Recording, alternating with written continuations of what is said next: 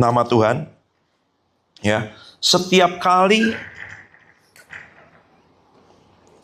nama itu diperkenalkan di Perjanjian Lama, tidak otomatis. Jadi kalau kita sekarang dapat kumpulan nama-nama itu, bisa ngerti, oh dia El Shaddai, oh dia Jehovah Rafa, oh dia Jehovah Nisi. Orang Israel dulu dapatnya satu-satu.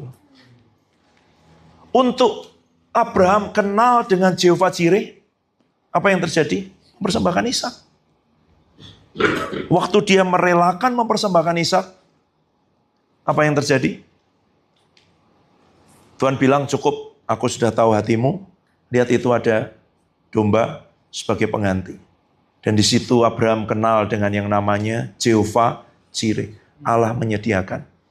Jadi kalau kita sekarang mau Jehovah Jireh, kamu harus minta sampai Jehovah Jireh itu nyata. Karena buat Abraham, untuk dia bilang, oh Tuhan itu Jehovah Jireh. Anaknya itu loh, ditaruh di mezbah. Dan kemudian di situ dia lihat, ada anak domba tersangkut di semak-semak. Baru dia kenal Jehovah Jireh. Nah, setiap kali kita memperkatakan, menyebut, memuji nama itu, lakukan dengan pengertian. Karena kalau enggak, tanpa iman, kosong. Enggak ada apa-apanya. Kita mendeklarasikan dia kan, Adonai, Elohim, El Shaddai, Rafa, ya kan? Apalagi? Banyak kan? Ya, Jehovah Shalom. Ya, saya ulangi lagi, enggak apa-apa. Jehovah Shalom kapan muncul diperkenalkan? Pertama kali, itu, ya. Coba lihat, harus dilihat di Alkitab, kapan pertama kali dia muncul? Kepada Gideon, waktu dia sedang ketakutan, mengirik apa? Gandum di dalam tempat pemerasan anggur. Karena dia sembunyi, takut kalau dijarah sama orang Midian.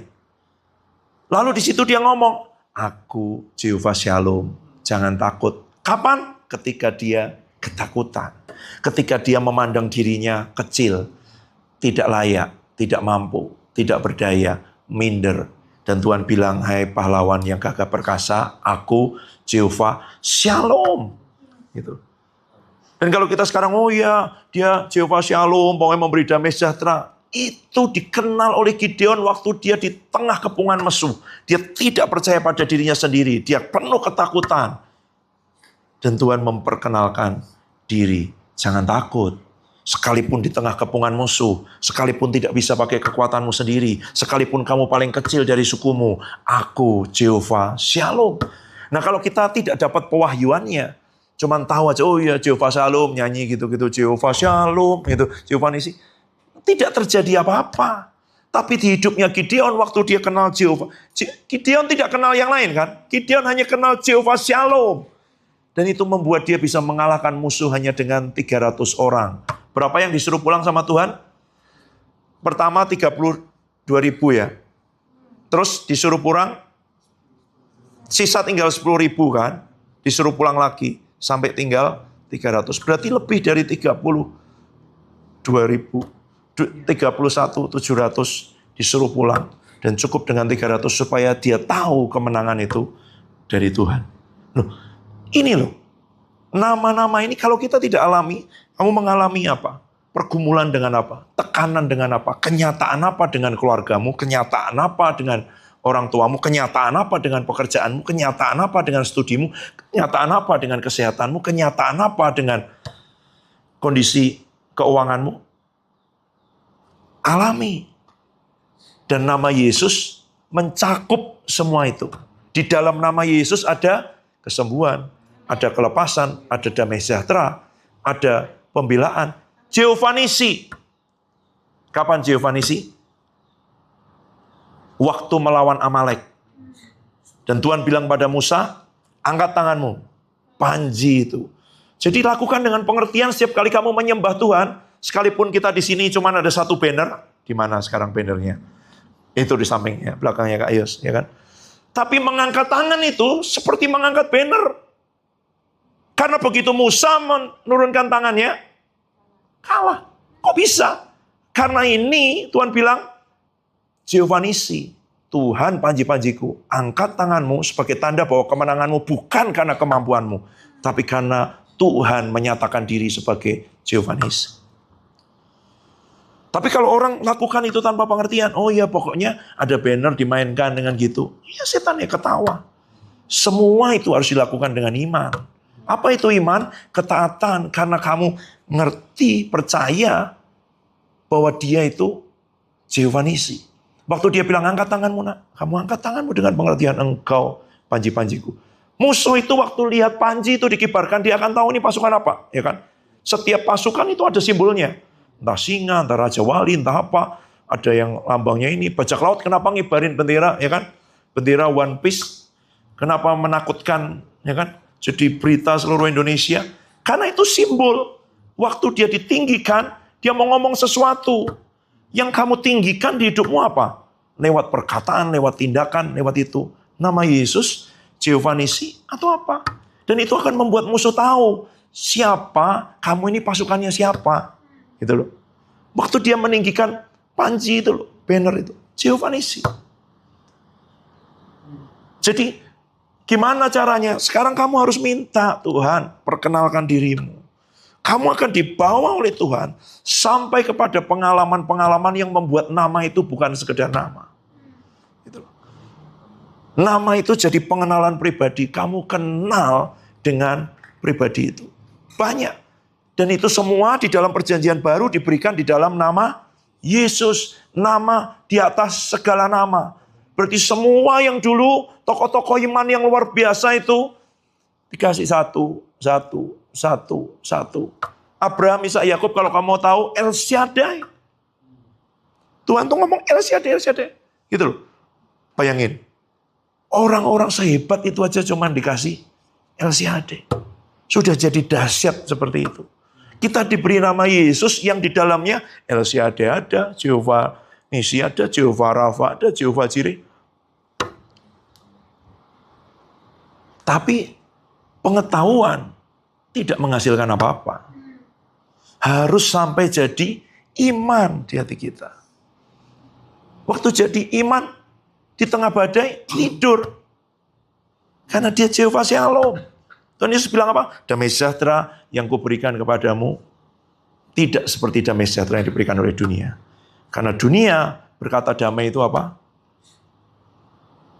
Semua kebutuhanku ada, semua dijamin, semua cukup, ada cadangannya, ada semuanya. Keadaan baik-baik saja, ya kan? Ya dong, harga murah, pekerjaan banyak, itu kan kata dunia. Oh, maka Indonesia dalam keadaan damai. Tapi damai sejahtera Allah beda. Keadaan boleh goncang, keadaan boleh sulit, lapangan pekerjaan boleh terbatas. Tapi kamu tetap punya ketenangan. Karena kamu tahu hidupmu tidak ditentukan oleh itu. Nah itu baru mengalami namanya Jehovah Shalom. Damai sejahtera Allah yang melampaui segala akal. Karena tidak masuk akal ini. Malah kamu bingung, kok aku nggak khawatir ya? Harusnya kan aku khawatir. Gitu. Apa aku hidup terlalu slow? Bukan.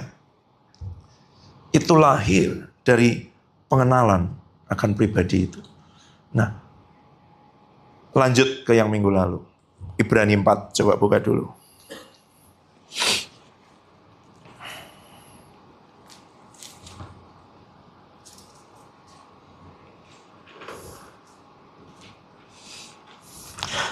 Ibrani ya.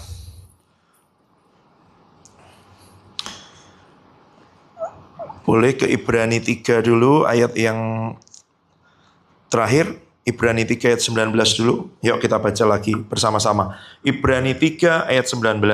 2, 3. Demikianlah kita lihat bahwa mereka tidak dapat masuk oleh karena ketidakpercayaan mereka. 4 ayat 1. Sebab itu baiklah kita waspada supaya jangan ada seorang di antara kamu yang dianggap ketinggalan. Sekalipun janji akan masuk ke dalam perhentiannya masih berlaku. Ayat 2. Karena kepada kita diberitakan juga kabar kesukaan, sama seperti pada mereka. Tapi firman pemberitaan itu tidak berguna bagi mereka, karena tidak bertumbuh bersama-sama oleh iman dengan mereka yang mendengarnya. Sebab kita yang beriman akan masuk ke tempat perhentian, seperti yang ia katakan. Sehingga aku bersumpah dalam murkaku, mereka tak akan masuk ke tempat perhentianku, sekalipun pekerjaannya sudah selesai sejak dunia dijadikan. 4. Sebab tentang hari ketujuh pernah dikatakan dalam satu nas, dan Allah berhenti pada hari ketujuh dari segala pekerjaannya. Dan dalam nas itu kita baca, mereka tak akan masuk ke tempat perhentianku. Jadi sudah jelas bahwa ada sejumlah orang akan masuk ke tempat perhentian itu, sedangkan mereka yang kepadanya lebih dulu diberitakan kabar kesukaan tidak masuk karena ketidaktaatan mereka. 7. Sebab itu ia menetapkan pula suatu hari, yaitu hari ini, ketika ia setelah sekian lama berfirman dengan perantaraan Daud, seperti dikatakan di atas. Pada hari ini, jika kamu mendengar suaranya, janganlah keraskan hatimu. Sebab andai kata Yosua telah membawa mereka masuk ke tempat perhentian, pasti Allah tidak akan berkata-kata kemudian tentang suatu hari lain. 9. Jadi masih tersedia suatu hari perhentian, hari ketujuh bagi umat Allah. Sebab barang siapa telah masuk ke tempat perhentiannya, ia sendiri telah berhenti dari segala pekerjaannya, sama seperti Allah berhenti dari pekerjaannya. 11. Karena itu, baiklah kita berusaha untuk masuk ke dalam perhentian itu, supaya jangan seorang pun jatuh karena mengikuti contoh. Oke, yang tidak dengar atau belum dengar apa yang disampaikan minggu lalu menjadi pesan awal tahun buat kita sepanjang 2026. Pesan Tuhan adalah Tuhan sudah menyediakan. Dan itu di dalam Alkitab, waktu Tuhan menciptakan manusia, diciptakan di hari keberapa? 6. Sebelum diciptakan, dimulai dari bumi belum berbentuk dan kosong. Ya kan? Kacau balau, chaos, berantakan, tohu wabohu, berantakan, tidak beraturan, gelap gulita, kosong. Sampai diperkatakan, sampai jadi, sampai ada isinya, sampai lengkap, baru ciptakan manusia. Coba kamu rasain, Dam. Nih, hari pertama, belum ada, masih air di mana-mana, ya kan? Pisahin dulu terang dari gelap, air di atas, di bawah, darat, laut, dikasih isinya. Ciptain hari pertama, puasa 5 hari. Ya kan? Enggak. Lengkap semuanya. Tanaman berbiji, berbuah, semua. Bahkan kemarin waktu kita sharing itu, muncul jadi, loh, waktu awal diciptakan, manusia belum makan binatang kan? Setelah kejatuhan baru itu kan. Coba diciptain binatang-binatang buat apa? Orang sekarang kan pergi ke kebun binatang ya. Lihat, ada jerapah, ada gajah, ada apa. Untuk hiburan, ya, refreshing. Loh, yang disediakan Tuhan tuh bukan hanya kebutuhan pokok, sandang, pangan, papan. Ya kan? Makanya firman Tuhan bilang apa? Cari dulu kerajaan Allah, semua ditambahkan. Loh, Tuhan sediakan buat Adam itu. Ya kan? Kalau cuma makanan pokok, ya kan? Oke, cukup Adam kasih beras sama pepaya. Hidup, ya kan? Yang lain apa? Ya kasih kemangi, wortel mungkin dengan itu. Udah. Ngapain nyiptain burung merak? Nggak bisa dirica-rica kan? Bisa sih gitu. Tapi kan tidak pada umumnya, ya kan? Jerapah itu kan ciptain pohon-pohon yang lihat. Kenapa? Kenapa tidak diciptakan yang itu aja? Karena yang lain bunga anggrek dan yang lain untuk keindahan, untuk rekreasi, untuk refreshing, untuk artistik. Loh, penyediaan Tuhan tuh bukan hanya yang primer, yang pokok, ya kan? Itu pun disediakan. Baru diciptakan manusia. Setelah diciptakan manusia diciptakan kapan? Weekend. Ya kan? Itu pewahyuan baru. Manusia diciptakan tuh weekend. Dia harus bersuka cita waktu weekend. Inilah hari waktu aku diciptakan dulu, ya kan? Itu. Setelah itu disuruh istirahat. Rest. Tuhan bilang Sabat ini sudah selesai. Seperti aku sudah menyelesaikan semua. Habis diciptakan, sudah disediakan semua, disuruh apa? Beristirahat. Berhenti. Maksudnya Tuhan mau ngomong gini loh. Cukup ya. Kamu harus tahu hidupmu itu dasarnya aku menyediakan dan kamu percaya menerima itu beristirahat di dalam aku. Hal yang sama nanti dikatakan Tuhan tentang bagaimana Israel dikeluarkan dari Mesir, mau dibawa masuk ke Kanaan. Jadi bukan dibawa keluar dari Mesir untuk muter-muter di padang gurun. Bukan. Kenapa kok muter-muter di padang gurun? Kenapa kok hidup serba terbatas? Kenapa kok semuanya ngepas mepet? Karena ketidakpercayaan mereka. Jalan lurus, tarik. Seperti yang gambar kemarin. Wah, dari Goshen mungkin. Keluar dari Mesir, sampai ke Hebron lah kira-kira. Sampai ke tanah Kanaan itu 12 hari. Enggak saya buka ayatnya, tapi kapan-kapan nanti kita buka, ada 12 hari. Tapi karena Tuhan tahu mereka belum siap, disiapin dulu berapa lama? 2 tahun. Waktu 2 tahun itu lalu mengirim pengintai dari Kades Barnea pergi ke Hebron. Tapi ternyata mereka gentar, takut, memilih untuk melihat raksasa, kenyataan dibandingkan dengan janji Tuhan. Makanya nggak bisa masuk. Berapa lama? Tambah 38 tahun, total 40 tahun. Itu. Bayangin, dari 600.000 laki-laki yang dihitung orang dewasa, hanya 2 yang bisa masuk. Namanya Kaleb dan Yosua. Jadi kita harus belajar dari hidup 2 orang itu. Kok di antara 600.000, 2 yang bisa masuk. Bangsa Israel semuanya dengan itu kira-kira 2 juta. Tapi 2 ini yang bisa masuk. Kenapa? Gitu. Coba nanti pelajari, ya, renungkan. Ini penting karena makanya Tuhan bilang lain roh yang ada di dalam dirinya. Gitu. Nah, jangan kepengin jadi kayak yang lain juga nggak masuk kok gitu. Loh, kenapa kamu kok sama dengan yang lain gitu? Yang lain juga gitu. Itu kan kita sering gitu kan. Oh, yang lain juga santai-santai aja kok, ngapain? Loh, kamu mau sama kayak yang lain, muter-muter di padang gurun, atau kamu mau seperti Kaleb? Dia ngomong kepada Yosua, memang 40 tahun sudah berlalu, sekarang umurku 80 tahun, tapi aku masih sama kuatnya dengan 40 tahun yang lalu. Yosua, tolong berikan kepadaku Hebron, tempat di mana ada 4 raksasa itu. Umur 80, opa-opa masih mau ngadepin raksasa. Aku masih sama kuatnya. Saya ingat John C. Lake ngomong gini, apa yang membuat kamu bisa terus tumbuh, naik, lebih kuat lagi? 1, firman. 2, persekutuan dengan Roh Kudus, doa, penyembahan, ya. Tapi ada unsur ketiga yang dia ngomong, yang saya jarang dengar orang lain ngomong. Apa? Kamu harus berani bersaksi tentang apa yang Tuhan kerjakan dalam hidupmu. Jangan ditutup-tutupi, jangan malu apapun yang dikatakan orang. Semua kebaikan Tuhan, semua yang kamu alami dari Tuhan, ngomong bahwa itu Tuhan. Saksikan, deklarasikan, perkatakan, ceritakan pada orang lain, Tuhan itu baik loh. Tuhan itu mengubah hidupku loh. Tuhan itu menyembuhkan aku loh. Tuhan itu menyediakan kebutuhanku. Bersaksi. Karena banyak orang malu dengan itu. Dan mereka tidak tumbuh. Mereka merosot. Dia lihat orang-orang yang dipakai Tuhan luar biasa. Besar dengan itu. Dia bilang, waktu dulu 20 tahun yang lalu aku dengar orang itu berbicara. Aku dan tidak tahan sudah mau berlutut di tempatku. Karena semua yang dia katakan itu. 20 tahun kemudian orang itu masih mengutip Alkitab. Masih ngomong hal yang sama. Tapi tidak ada kuasanya.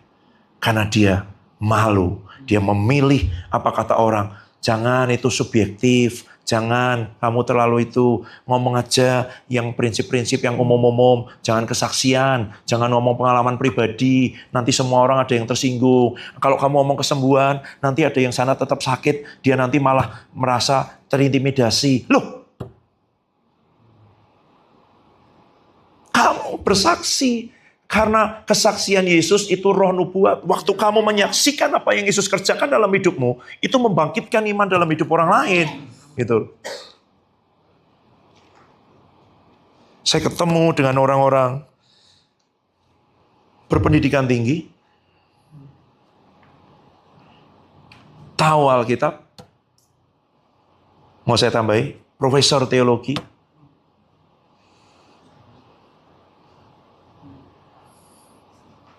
lemes.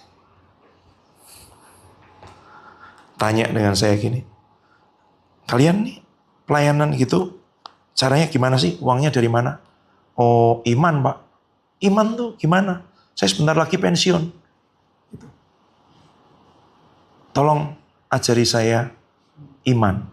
Kamu tahu, doktor lulusan luar negeri, mantan ketua sinode, Tidak tahu bagaimana hidup dengan iman.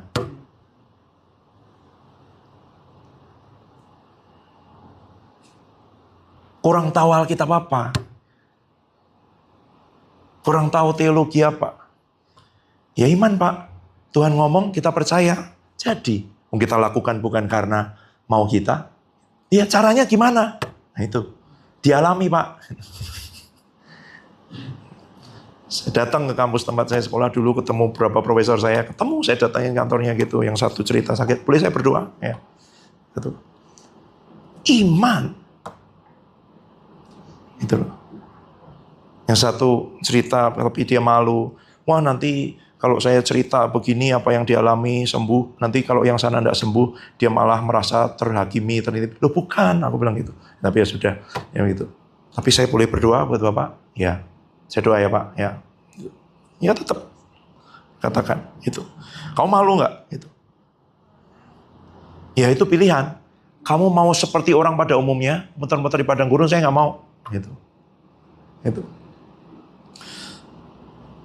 Ya saya pernah di situ, gitu ya. Jadi sekarang saya Tuhan, nggak mau aku. Seperti Musa ngomong gini, dengan apa kami dibedakan dari bangsa-bangsa lain? Kalau bukan kau sendiri jalan dengan kami Tuhan. Jangan kepengen, bangsa-bangsa lain juga nggak kayak gitu. Bangsa-bangsa lain juga nyembah berhala. Bangsa-bangsa lain juga ngikutin dagingnya. Bangsa-bangsa lain juga hidup suka-sukanya. Kenapa kok kita harus dibedakan, dikhususkan, ya kan? Gitu. Jangan sentuh ini, jangan makan ini tidak boleh, itu tidak boleh, ya kan? Jangan kena mayat, jangan kena ini tidak boleh dimakan, ini haram, itu tidak kosher. Bukan kayak bangsa lain, bangkai juga boleh dimakan, semua boleh dimakan. Tanah Tuhan mau bilang, enggak. Musa bilang, di bangsa mana kamu lihat Allahnya jalan sendiri di tengah-tengah mereka. Tapi seringkali kita memilih untuk, yang lain juga nipu kok, yang lain juga cheating kok, juga curang kok, yang lain juga korupsi kok, yang lain juga bohong kok, yang lain juga nggak jujur kok. Yang lain juga nggak sungguh-sungguh kok. Kamu mau kayak yang lain. 599.998. Ini dong. Papan tulis deh, coba. Papan tulis. Iya kan? 599.998. Ini yang lain versus 2. Namanya Kaleb dan Yosua. 600.000 laki-laki, coba cek nanti yang keluar, ya kan? 600.000 laki-laki keluar dari Mesir. Yang masuk 2. Ini 600.000 yang usia di atas 20 tahun yang dihitung kan? Yang dianggap sebagai pasukan siap berperang. Bayangin, 599.998 dong, karena cuma 2 yang masuk. Yang memang orang pada umumnya, ini lebih banyak. Pilpres saja 50% plus 1 menang kok, ya kan? Gitu. Ya kan? Berapa kemarin? 58% ya? Ya. Gitu. Ini bukan lagi mayoritas. You know? 2 aja di antara ini. Dan orang pada umumnya ikut yang lain aja. Apain? Gitu loh. Gitu. Ini loh, masuk ke dalam rencana Tuhan. Dan ikut tertunda lagi 40 tahun bersama ini. Gitu. Bayangin, kamu harus menjaga imanmu, tetap percaya di tengah ketika nungguin yang lainnya mati.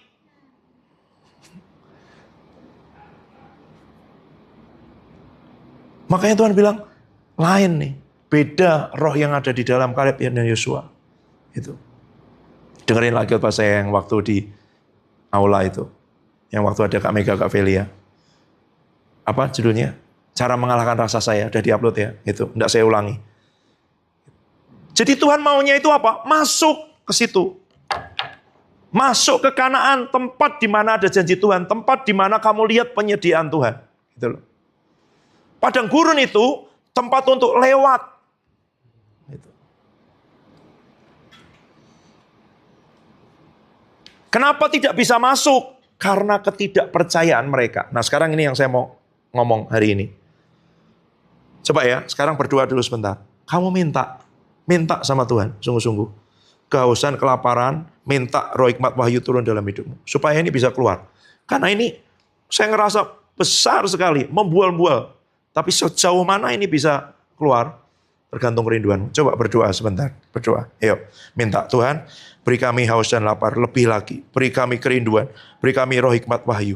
Beri kami Tuhan, merindukan Engkau, merindukan firman-Mu, merindukan pewahyuan roh-Mu, lebih lagi. Bersuara, coba berdoa sekarang. Minta sama Tuhan, minta. Dalam nama Tuhan Yesus, Tuhan beri, supaya buat mata hati kami terang. Kami ngerti apa yang terkandung dalam janji-Mu. Kami ngerti kuasa firman-Mu. Kami ngerti hidup dengan iman. Kami mengalami kuasa nama-Mu yang berkuasa itu Tuhan. Kami mengalami apa yang tertulis dalam firman-Mu. Apa yang dialami oleh tokoh-tokoh iman ini. Dialami dalam hidup kami. Hidup berkemenangan. Seperti Kaleb dan Yosua. Masuk ke tanah perjanjian. Masuk dalam pengenapan janji Tuhan. Dalam nama Tuhan Yesus. Dalam nama Tuhan Yesus. Dalam nama Tuhan Yesus. Dalam nama Tuhan Yesus. Amin. Caranya masuk gimana? Apa yang membuat tidak bisa masuk? Kata firman. Ketidakpercayaan.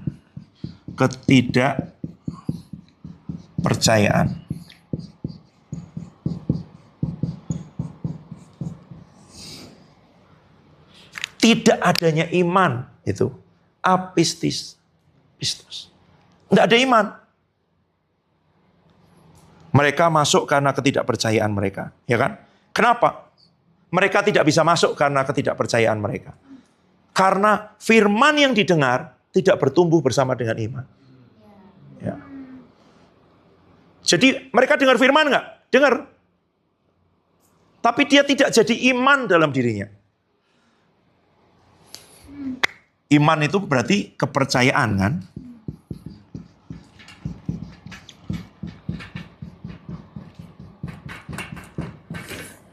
Kok kamu bisa percaya? Dulu saya pernah cerita. Kak Debi, ayo ikut pergi. Ya, kita pergi makan mana. Waktu tak ajak makan, dia tidak ngecek dulu bawa dompetnya ya. Bahkan kadang-kadang ada uang parkir Kak 2.000, nggak ada. Percaya sekali dia, ya kan? Itu loh. Kamu bisa nangkap nggak? Itu kepercayaan. Kenapa? Karena dia mulai mengalami bertahap, gitu ya. Saya pernah cerita dulu. Waktu dia diajak pergi makan mie ayam, ternyata dibayar. Waktu diajak pergi makan ayam goreng, ternyata dibayar. Waktu diajak pergi makan babi panggang, dibayar juga. Waktu diajak pergi makan di restoran, dibayar. Waktu makan all you can eat, yang boleh ngambil apapun, dibayar juga. Wow, itu. Percaya. Mulai muncul. Kalau kamu kepercayaan, ya kan?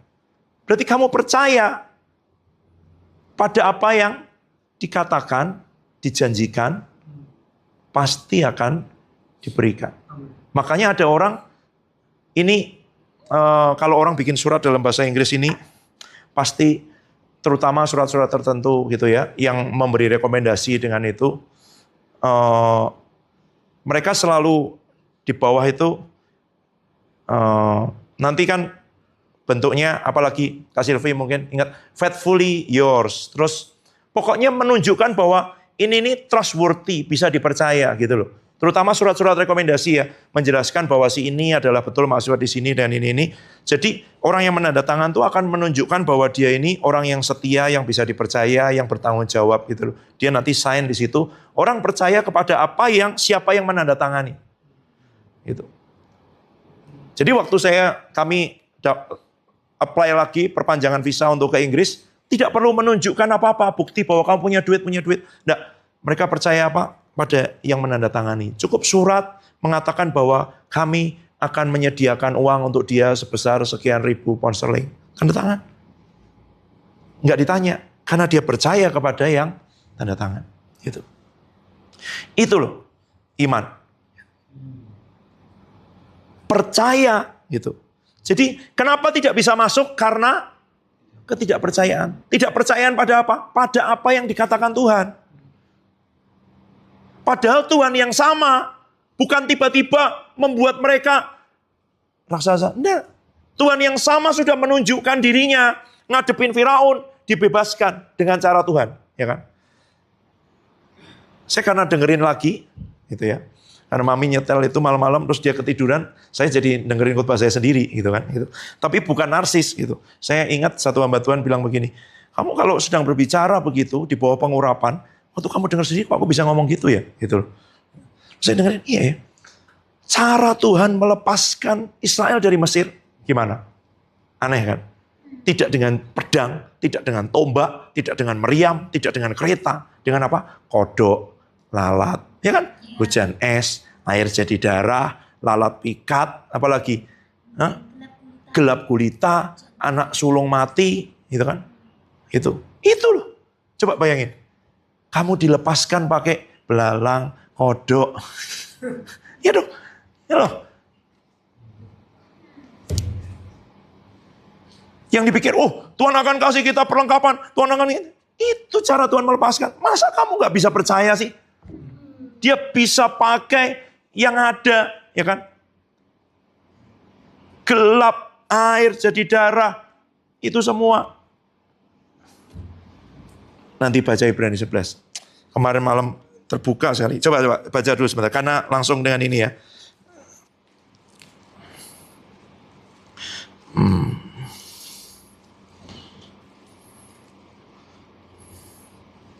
Ini 11. Ayat 28. Coba baca bersama. Ibrani 11 ayat 28. Udah? Yuk, 2, 3. Karena iman, maka ia mengadakan Paskah dan pemercikan darah supaya pembinasaan anak-anak sulung. Coba gini, Tuhan ngomong, aku akan bunuh semua anak sulung di Mesir. Manusia, hewan, ternak, pokoknya semua sulung mati. Tapi di tempatmu tidak ada kematian. Apa? Olesin darah. Nah kok darah bisa bikin gak mati? Kenapa itu? Karena iman. Loh, kalau dipikir ini wabah, apa, virus, masa diolesin darah? Makanya saya percaya apa yang dilakukan profetik ketika itu ketaatan pada Tuhan. Bukan gini, oh semua disebarin garam, semua dituangin minyak. Bukan. Lakukannya itu dalam ketaatan. Tuhan bilang, ini, saya masih ingat ya, apa yang terjadi sebelum COVID.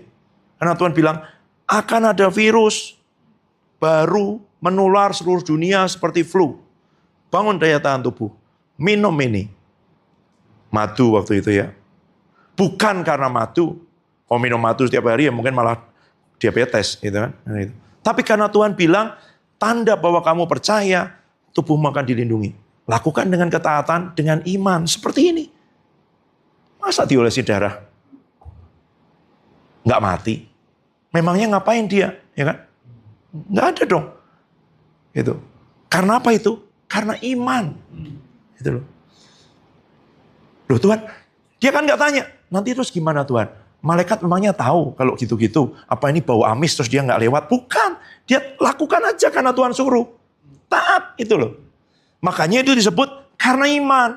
Karena Tuhan ngomong olesi darah, dia olesi darah. Karena Tuhan ngomong taburi garam, taburi garam. Karena Tuhan ngomong perciki ini, perciki itu. Karena Tuhan ngomong kelilingi 7 kali, kelilingi dan roboh. Baca bawahnya. Ayat 30. Karena iman, maka runtuhlah tembok-tembok Yeriko setelah kota itu dikelilingi 7 hari. Lalu ada tempat, kalau Tuhan tidak nyuruh kelilingi, ya kamu kelilingi 27 kali juga nggak runtuh. Kenapa dia runtuh? Karena Tuhan nyuruh dan mereka percaya dan melakukan. Terus orang bilang, terus kalau kita pakai iman kita nggak berbuat apa-apa. Loh bukan, kamu bertindak berdasarkan iman. Itu loh yang Yakobus bilang. Karena ada orang bilang, oh aku iman. Gitu. Terus gimana? Loh, Tuhan kan ngomong dengan Abraham, pergi dari sanak saudaramu keluar ke tempat yang belum dikasih tahu. Terus dia pergi nggak? Pergi. Gitu loh. Bertindak enggak dia? Bertindak berdasarkan apa? Firman Tuhan. Nah, banyak orang terlalu cepat, belum disuruh Tuhan pergi sendiri. Matius 28, pergilah. Jadikan semua bangsa muridku. Betul. Tapi kamu harus berdoa. Tanya Tuhan, pergi kemana nih? Ke siapa? Bersaksi ke siapa? Yang ada di sekolah, yang ada di situ. Tanya. Teman sekelasku, teman sesekolahku, yang mana Tuhan? Tanya setiap kali. Bersaksi kepada siapa Tuhan? Ngomong ke siapa Tuhan? Cerita tentang Engkau kepada siapa? Caranya gimana Tuhan? Tanya. Dan waktu Tuhan kasih di hati orang ini, berkati aja. Beliin beng-beng. Beliin aja nurut. Kenapa beng-beng Tuhan? Kenapa enggak ini? Ya udah. Itu. Jangan terlalu banyak tanya. Itu loh. Nurut aja, nanti kamu akan lihat. Gitu. Ternyata dia berdoa, udah mimpi dari kemarin, beng-beng, ternyata kamu datang, terus dia curhat isi hatinya, ya kan? Itu-gitu. Wah kamu kok ngerti banget, terus kamu ngomong, iya Tuhan tuh ngerti kamu kok. Aku juga gak ngerti kok. Wow, cerita, mau doain kelepasan terjadi kesembuhan. No, itu karena ketaatan. Jadi bagianmu apa? Cari kehendak Tuhan. Cari firman Tuhan. Minta firman. Firman ada nggak? Ini loh firman. Tapi ini harus direnungkan, diperkatakan, dikunyah, dideklarasikan terus. Sampai apa? Sampai jadi rema. Baru nanti menimbulkan iman. Oh, aku udah baca bolak-balik. Aku juga udah baca bolak-balik sampai ada yang jebol juga gitu loh. Gitu.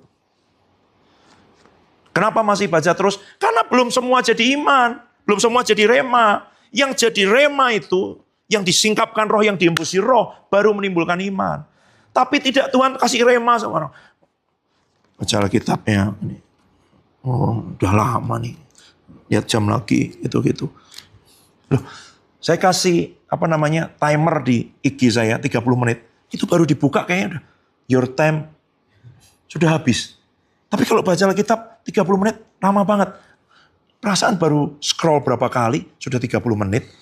Ini mati ya kan? Itu kasih timer. Itu loh. Sampai ini loh. Terus firman dikunyah, direnungkan. Kenapa? Karena iman itu munculnya dari situ. Gitu loh. Nanti ada nubuatan, ada penglihatan, ya kan? Ada makrifat, ada mimpi yang juga Tuhan berbicara. Tapi ini yang paling jelas. Kalau dengan firman yang sudah jelas tertulis, kamu tidak menginginkan. Terus kamu menginginkan apa? Kamu menginginkan Tuhan berbicara kan? Ingat nggak? Tolong carikan ayatnya Kak Debbie.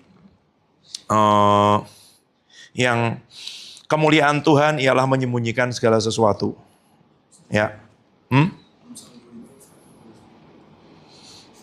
Kalau ada kuis ya udah dapat 100.000 lagi nih.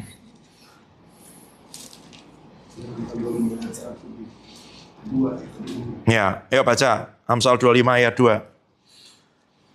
2, 3. Kemuliaan Allah ialah merahasiakan sesuatu, tapi kemuliaan raja-raja ialah menyelidiki sesuatu. Nah, nanti kalau kamu lihat ya, kata sesuatu itu dabar. Dan dabar itu di bagian lain di Perjanjian Lama diterjemahkan sebagai firman. Tapi kenapa di situ sesuatu? Gitu ya. Kemuliaan Allah ialah merahasiakan firman. Dan kemuliaan raja-raja ialah menyelidiki firman. Kamu tahu kalau kamu menyelidiki firman, menggali firman, merenungkan firman, itu level kemuliaan raja-raja. Makanya banyak orang cuma, oh ya aku karyawan biasa, pegawai. Kamu enggak firman. Raja itu harus menyelidiki firman. Karena itu yang Tuhan bilang lewat Musa. Nanti ya satu kali kalau kamu punya raja, mengangkat raja, harus ada di sampingnya Taurat ini untuk dia renungkan siang dan malam. Itu level raja. Tahu raja? Fasilitasnya raja dong. Pengawalnya raja dong. Tinggalnya di istana dong. Kemuliaannya raja dong. Ya kan? Jubahnya raja. Otoritasnya raja. Bagaimana sampai ke level itu? Selidiki firman. Kata menyelidiki ini kayak detektif mencoba memecahkan satu persoalan kasus. Dia lacak, dia lihat situnya, sekelilingnya, dia terus sampai dapat ini apa. Sampai detail ini ada satu helai rambut, kira-kira dicek DNA-nya ini punya siapa. Ini ada bercak begini, ada cairan ini. Terus itu menyelidiki. Karena yang disembunyikan Tuhan itu bukan supaya nggak ketemu, tapi supaya ditemukan oleh orang yang menyelidiki. Kenapa? Ya Tuhan nggak murahan. Dia murah hati tapi nggak murahan. Kamu tidak menginginkan, ya kamu tidak mendapat. Gitu loh. Dia menyembunyikan untuk ditemukan. Ditemukan siapa? Yang menginginkan, yang merindukan. Gitu loh. Kalau kamu belum dapat rema, iman belum timbul, selidiki firman, makan firman, kunyah firman, perkatakan firman, renungkan firman, aumkan firman. Kalau Pak Yo sampai gitu. Saya punya catatan di sini nggak ya? Atau di Alkitab saya yang lain. Coba ya, Mazmur 1 ya, sebentar.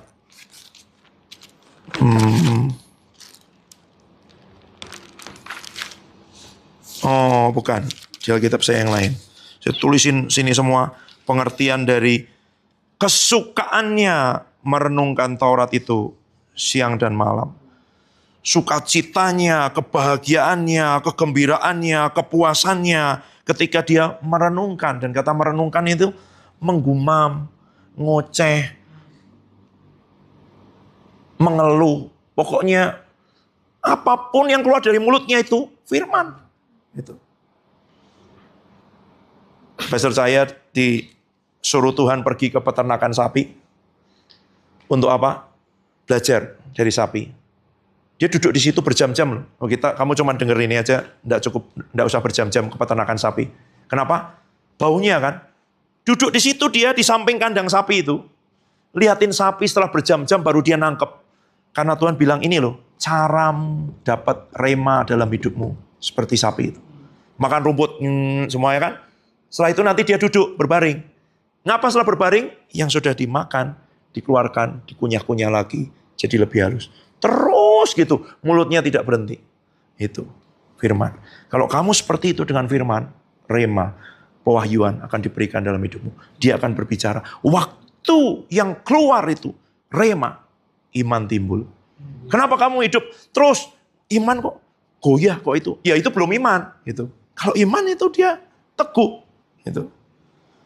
Karena yang keluar betul belum. Ya memang kalian diajarin ya. Baca Alkitab biar dapat rema. Tapi kan itu belum betul rema. Apa yang kira-kira keluar dari itu. Kunyah lagi, perkatakan lagi, renungkan lagi. Terus. Dari mana taunya jadi rema? Ya waktu dia bilang, terjadi. Waktu dia bilang, kamu taati. Nanti terjadi, kamu akan lihat, kamu akan alami. Gitu loh. Nah ini loh. Tidak banyak yang menginginkan firman, gitu loh. Nggak banyak yang mau menyelidiki firman, tidak banyak yang mau membongkar firman, yang mau memperkatakan firman, yang mau merenungkan firman, yang mau makan firman, yang mau mengunyah firman. Itu sebabnya, ya rema tidak datang, pewahyuan tidak datang, ditutupi, gitu loh. Membongkar itu untuk keluar, bukan untuk nggak ketemu, gitu loh. Supaya siapa yang betul-betul menginginkan gitu. Saya masih ingat satu kali anting-antingnya mami hilang. Anting-anting atau ini ya? Anting-anting jatuh. Waktu masih COVID dulu. Kita kan keliling kompleks itu sekaligus doa keliling gitu ya. Di depan pos satpam situ. Dicari nggak ada. Semua yang lain membantu mencari. Semua yang lain membantu mencari sampai akhirnya udah jatah makan pagi semua pergi semua. Sisa satu anak. Cari terus. Semua yang lain udah selesai makan pagi, udah naik ke atas semua. Dia masih di situ, cari terus. Sampai dia bilang, dengan sangat bangga dia bawa tunjukkannya. Di situ Roh Kudus kasih pengertian. Cari, maka engkau akan mendapat. Kalau belum dapat, cari. Yang lain, makan pagi, selesai, berhenti, menyerah, cari. Aku udah nyari, udah dapat belum? Belum. Cari, gitu loh. Berarti kamu belum mencari. Karena firman Tuhan bilang apa? Cari, maka engkau akan mendapat. Kalau engkau belum mendapat, berarti engkau belum mencari. Mencarimu belum sampai mendapat. Kalau mencarimu dilihat Tuhan, wah benar-benar nih, anak ini. Gitu. Ini kalau dikasih contoh benar-benar bagus banget nih. Satu orang datang, anak muda, lihat orang kaya di kotanya lagi mancing di danau. Wah, kesempatan nih. Dia bilang, Pak, Saya pengen belajar bagaimana hidup bisa sukses, berhasil seperti Bapak. Sambil mancing ini bapaknya. Oh ya, iya, sungguh-sungguh. Oh iya Pak, saya sungguh-sungguh ingin. Saya udah capek Pak, hidup miskin, keluarga saya kayak gini susah semuanya. Aduh, saya ini belum tentu bisa lanjut kuliah, semuanya gini-gini semua. Benar kamu ingin, benar. Dipegang sama Bapak itu, mau saya itu. Masukkan kepalanya ke air di danau. 2 menit diangkat. Baru bisa bernapas, masukin lagi. Keluarin, baru bisa bernapas, masukin lagi. Sampai dia udah bisa. Coba kamu cerita. Apa yang kamu alami tadi? Saya mau mati Pak, nggak bisa ini. Wah kalau nggak itu sudah mati saya. Itu. Apa yang paling kamu inginkan tadi? Udara Pak. Kalau kamu menginginkan keberhasilan seperti kamu seperti itu, kamu akan dapat. Kalau kamu menginginkan firman seperti, kalau nggak dapat firman ini mati aku, kamu baru akan dapat. Belum kan? Masih ada yang lain kan? Masih bisa hubungi orang tua kan? Masih bisa yang lain sekarang pay letter kan? Masih bisa pinjol. Belum. Mau nunggu sampai dikejar-kejar, sampai semua diblokir, sampai semua dihubungi dengan itu. Ya ada yang memilih begitu, it's okay.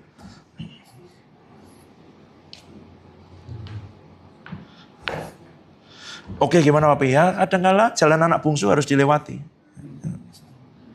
Sampai dia datang pada bapaknya, Bapak, dia menyadari keadaannya.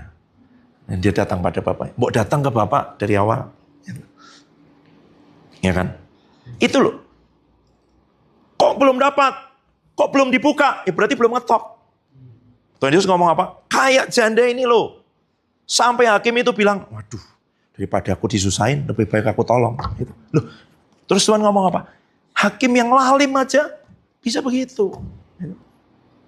Masa kamu nggak itu? Judul perikopnya apa? Dalam hal berdoa. Berdoa itu apa? Cari kehendak Tuhan. Bukan minta keinginanmu dijawab. Itu loh masalahnya. Kamu berdoa minta keinginanmu dijawab. Atau cari kehendak Tuhan. Gitu loh. Keinginanmu diserahkan dulu. Saya kemarin malam dengar Pak Yusak, bagus banget. Dia ngomong gini, pasangan hidup. Orang kan ngajari beriman. Bisa sih, pakai iman bisa. Spesifik. Saya kepengen laki-laki yang pintar bahasa Inggris. Yang jago main musik. Ya kan? Yang kulitnya terang. Yang rambutnya lurus. Yang lebih tinggi 5 cm dari saya. Yang dari gini-gini, sukunya ini. Kamu sebutkan semua gitu. Nanti waktu kamu dapat laki-laki itu seperti yang kamu inginkan. Beliau bilang gini, kamu harus bayar harganya. Karena kamu tidak tahu apa yang kamu minta. Tapi bisa nggak dikasih Tuhan? Bisa. Perempuan yang seperti ini, rambutnya lurus, gitu-gitu ya, kulitnya sawo matang, oh dia jago begini, keibuan, kayak itu semua. Itu, ya. Tuhan bisa kasih persis, bisa. Tapi kamu harus bayar harganya. Gitu. Kenapa? Ya nggak tahu. Macam-macam. Karena itu keinginanmu sendiri. Tapi beda kalau bilang Tuhan, beri aku yang dari Engkau. Yang Kau mau buat hidupku. Aku tahu, aku punya perasaan, aku punya jiwa, aku punya keinginan. Kadangkala yang Kau beri, aku kurang cocok, kurang seret, mataku tidak terlalu suka. Buat aku menyukai yang Kau sukai. Kalau terjadi apa-apa, kamu bisa ngomong, Tuhan, yang kamu beri kayak gini. Tapi kalau enggak, kamu bayar harganya. Itu loh. Doa, permintaan, bisa nggak? Bisa. Kenapa nggak dari awal minta aja kehendak Tuhan dalam hidup kita? Kamu tahu banyak keinginan dalam dirimu, ya serahkan aja. Tuhan, aku serahkan. Tapi ya masih di mulut Tuhan, hatiku belum, enggak apa-apa. Itu. Tapi aku mau Tuhan, tolongi supaya aku mau, rela, tolongi. Nah dari mana dia mau menyerahkan? Karena dia percaya rencana Tuhan lebih tinggi, jalan-jalan Tuhan lebih sempurna gitu kan. Itu kan dia mulai timbul iman nih, pikiran mulai diperbaharui. Oh iya ya, ngapain kok aku milih sendiri, kenapa kok aku gak percaya sama Tuhan. Tapi aku masih kepengen, masih ini. Tuhan aku masih kepengen, aku masih mau, aku masih suka. Tapi aku serahkan, aku belajar begini. Dia dengar firman lagi, gitu loh. Rancanganku, rancangan damai sejahtera, aku menyediakan yang ini semua. Oh terus, nah kalau dia tidak dengar firman, dia akan kalah. Dia akan minta terus keinginannya. Gitu loh. Nah banyak orang bergumul hanya dengan Tuhan menjawab keinginannya. Tidak. pergumulan kita itu harusnya cari kehendak Tuhan. Minta Tuhan bicara. Singkapkan pewahyuan, rema, bicara Tuhan. Waktu Tuhan bicara, kamu lakukan, pasti terjadi. Gitu. Kenapa orang bergumul? Karena yang dia lakukan adalah apa? Minta Tuhan menjawab keinginannya. Kamu boleh punya keinginan nggak? Boleh. Terus gimana keinginan? Serahkan. Letakkan. Terus kamu minta apa? Keinginannya Tuhan. Karena pasti itu lebih baik. Loh, Tuhan Yesus keinginan dagingnya tidak berdosa. Tetap dia serahkan. Bukan kehendakku Bapa, tapi kehendakmu. Nah, apalagi keinginan kita, ya kan? Keinginan Tuhan Yesus itu loh, yang dalam dagingnya tidak dosa, tetap dia serahkan. Gitu. Nah, kembali ke iman. Terus gimana? Ya ini harus digali, harus sebegitu menginginkan, baru dia akan singkapkan. Ya Tuhan nggak murahan kan? Dia mau tahu siapa yang betul-betul menginginkan. Tapi dia mau memberi nggak? Mau. Gitu loh. Dia berbicara nggak? Berbicara terus. Tapi kan pasti beda ya.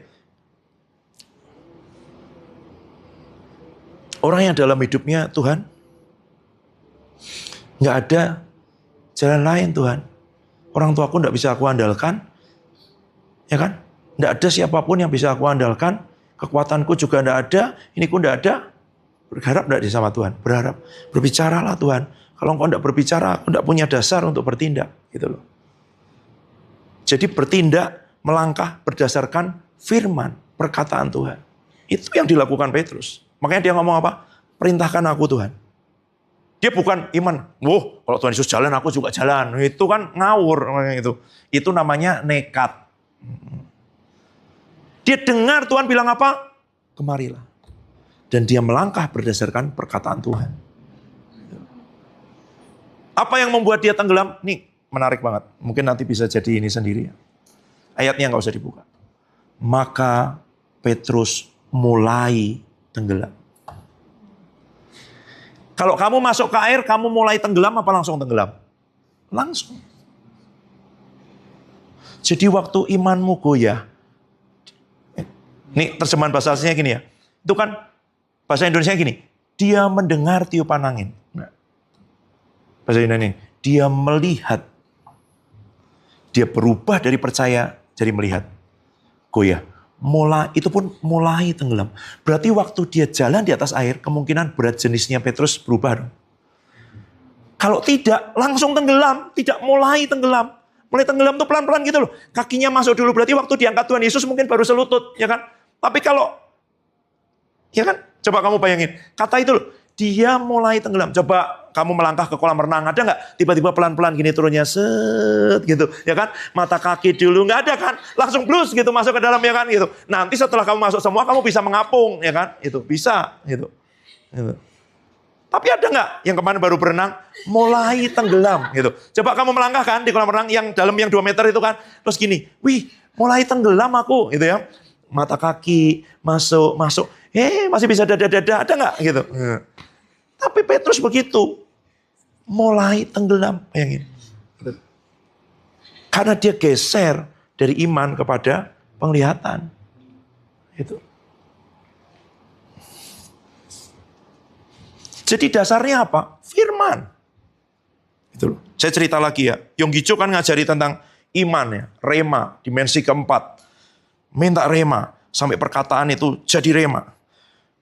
Dan dia cerita tentang anak-anak di sekolah Alkitab yang dia ajar, yang dia utus pergi. Setelah berapa tahun datang marah-marah. Pastor Cho, katamu kita disuruh begini, percaya kepada Tuhan. Ini loh, aku terjerat hutang. Ini loh, aku sekarang dalam masalah. Loh kenapa?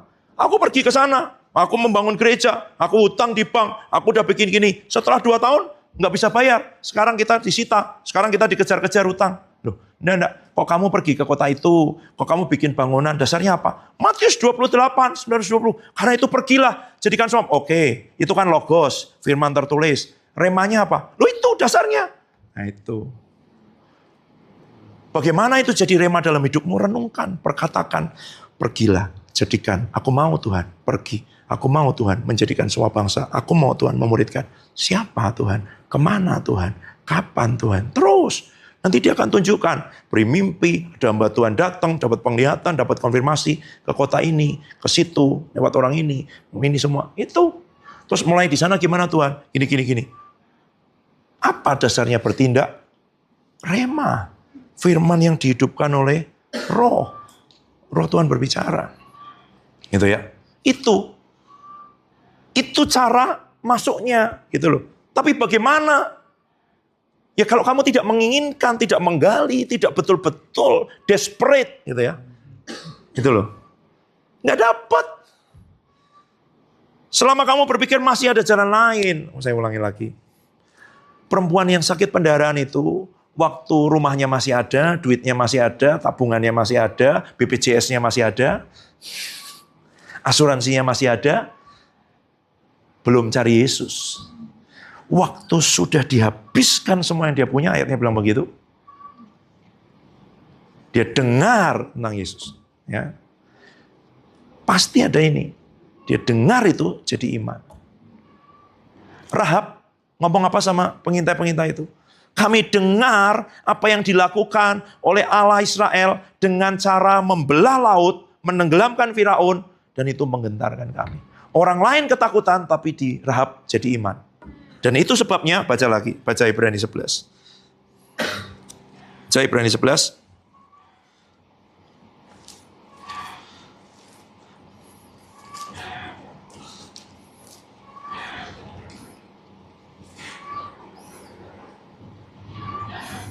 Ayat berapa?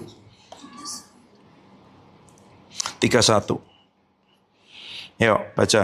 23. Karena iman, maka Rahab, perempuan sundal itu, tidak turut binasa bersama-sama dengan, karena ia telah menyambut pengintai-pengintai itu dengan baik. Saya percaya Tuhan ngomong begini. Rahab, terima mereka, sembunyikan mereka, lindungi mereka. Aku akan beri kelepaskan padamu. Ya Tuhan. Kenapa? Ini bilangnya, karena iman. Iman itu apa? Timbul dari pendengaran akan rema. Yang didengar oleh seluruh orang Yeriko. Jadi kabar yang menakutkan. Di hidup Rahab jadi iman. Amin.